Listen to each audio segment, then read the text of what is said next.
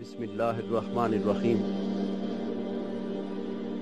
میرا اور آپ کا رب قرآن پاک میں ارشاد فرماتا ہے، بلا شبہ نماز کا پڑھنا دشوار ہے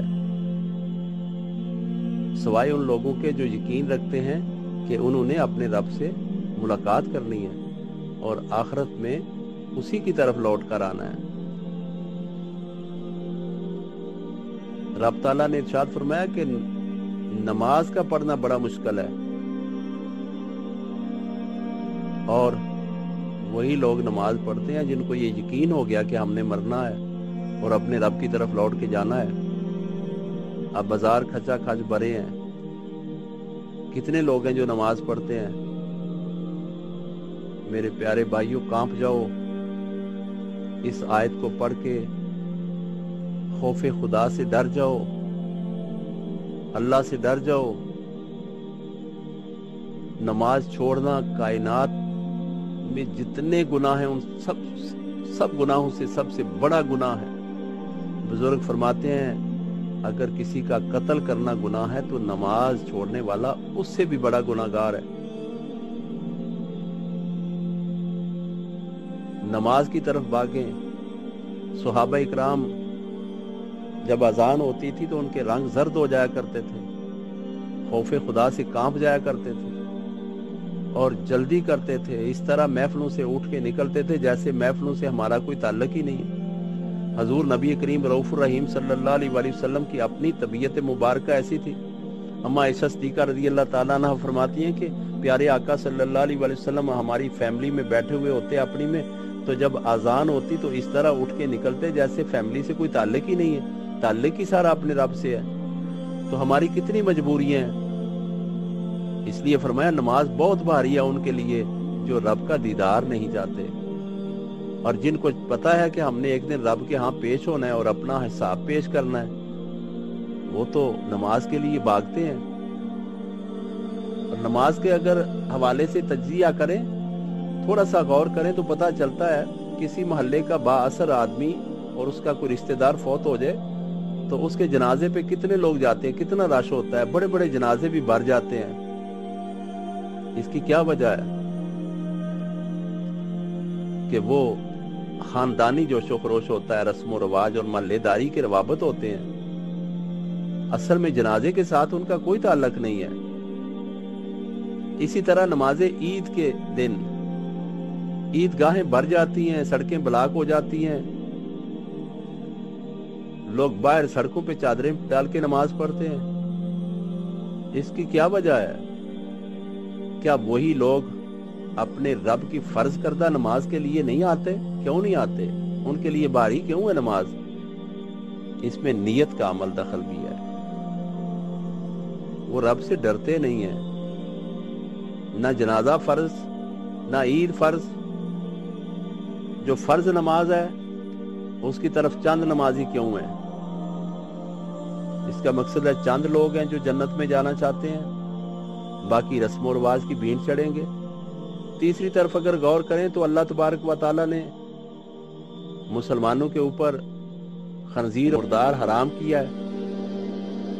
وہ تو بڑی نفرت کرتے ہیں لوگ کہ یہ حرام ہے، تو اگر اس کا دوسری طرف دیکھیں تو شراب نہیں چھوڑتے، ناجائز منافع نہیں چھوڑتے، ملاوٹ نہیں چھوڑتے، سود نہیں چھوڑتے، ذخیرہ اندوزی نہیں چھوڑتے، بد اخلاقی، گفتگو میں جھوٹ، چغلی، غیبت، یہ ساری چیزیں بھی تو اسی رب نے حرام کی ہیں جس نے خنزیر اور مردار حرام کیا۔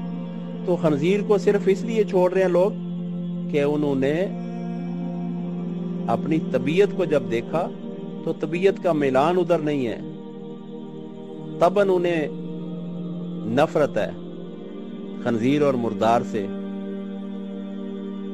تو اگر آپ چاہتے ہیں اپنے رب سے ملاقات کرنا، اپنے رب کا دیدار کرنا، تو نماز میں جلدی کریں۔ نماز ہی جنت کی کنجی ہے، نماز ہی بے حیائی اور برے کاموں سے بچاتی ہے، نماز ہی آقا صلی اللہ علیہ وآلہ وسلم کی محبت عطا کرتی ہے، اور نماز ہی ہے جو مسلمان اور کافر میں فرق ظاہر کرتی ہے۔ آپ سارے رشتہ دار رکھیں، مگر سب سے بڑا رشتہ آپ سب کا آپ کے رب کے ساتھ ہے، اس کو نبھائیں، اس کو نبھانے میں جلدی کریں۔ آئیں آج عہد کریں، یہ جتنے بھی سن رہے ہیں، اگر موت کا دن کا آپ کو پتہ نہیں ہے کس دن آنی ہے، اچانک آ جانی ہے، ہو سکتا ہے ایک سانس لیں دوسرا لینا نصیب ہو یا نہ ہو، تو جلدی کریں، صرف اپنے رب سے رشتہ جوڑیں، سارے رشتے جڑ جائیں گے۔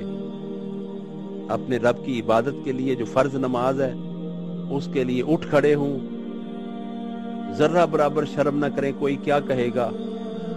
تو اس وقت کیا ہوگا جب تمام انبیاء کی، رسولوں کی امتیں سامنے دیکھ رہی ہوں گی، اور میں اور آپ اپنے رب کے سامنے جب امتحان دینے جائیں گے تو اس وقت لوگ کیا کہیں گے؟ بہت مشکل وقت ہے، بہت مشکل گھڑیاں ہیں، ان سے توبہ کر لیں اور آ جائیں۔ کچھ نہیں ہوتا، کوئی کچھ نہیں کہے گا۔ چند دن آپ کو تھوڑا اپنے دل کو ادھر مائل کرنا پڑے گا۔ پہلے دن اگر دوائی کھائیں تو وہ کڑوی لگتی ہے، دوسرے دن، تیسرے دن، ایک دن وہ طبیعت سے مل جاتی ہے، پھر وہی مریض کھاتا رہتا ہے، وہی شفا دے دیتی ہے اور اسی سے صحت ملتی ہے۔ اسی طرح چند دن یہ شیطان ہمیں کڑواہٹ پیدا کرے گا، پریشان کرے گا۔ آہستہ آہستہ آپ کی محبت رب کے ساتھ جب خالص ہو جائے گی تو پھر وہی نماز آپ کے شوق میں شامل ہو جائے گی، آپ کی محبت ہو جائے گی، اور آپ اپنے رب کے دیدار کے لیے 5 وقت دوڑیں گے۔ اور ایک وقت آئے گا جب موت کے بعد جائیں گے قبر میں، تو وہ نماز جو پیارے آقا صلی اللہ علیہ وسلم کی اداؤں کو زندہ رکھنے کا ایک طریقہ ٹھہرا۔ بار بار آپ اتحیات بیٹھتے ہیں تو السلام علیکہ ایھا النبی، درود ابراہیمی پڑھتے ہیں، تو نماز میں یہ کام اس وقت، قبر میں کام اس وقت آئے گا جب آقا صلی اللہ علیہ وسلم سامنے ہوں گے اور آپ پہچان لیں گے، آپ درود پڑھنا شروع کر دیں گے، فرشتے سوال کریں گے تو آپ کہیں گے کہ میں رسول اللہ صلی اللہ علیہ وسلم کو جانتا ہوں۔ تو نماز بھاری ہے ان لوگوں کے لیے جن کی نیت ٹھیک نہیں ہے۔ ہم اپنی نیتوں کو ٹھیک کر لیں، اللہ سے معافی مانگ لیں اور اس معاشرے کے بگاڑ سے نکل آئیں۔ بگڑا ہی جا رہا ہے ہمارا معاشرہ، کس سمت جا رہا ہے ہمارا معاشرہ، سود و شراب و جوا و قتل و زنا و فساد کیا رنگ لا رہا ہے ہمارا معاشرہ۔ اس معاشرے کو ہم خیر آباد کہیں اور ہم ایک ایسا معاشرہ آباد کریں جس میں آقا صلی اللہ علیہ وسلم کی محبت نظر آئے، باہمی رواداری نظر آئے، پیار اور اخلاق نظر آئے، اور حرام چیزوں سے اجتناب اور حلال چیزوں سے محبت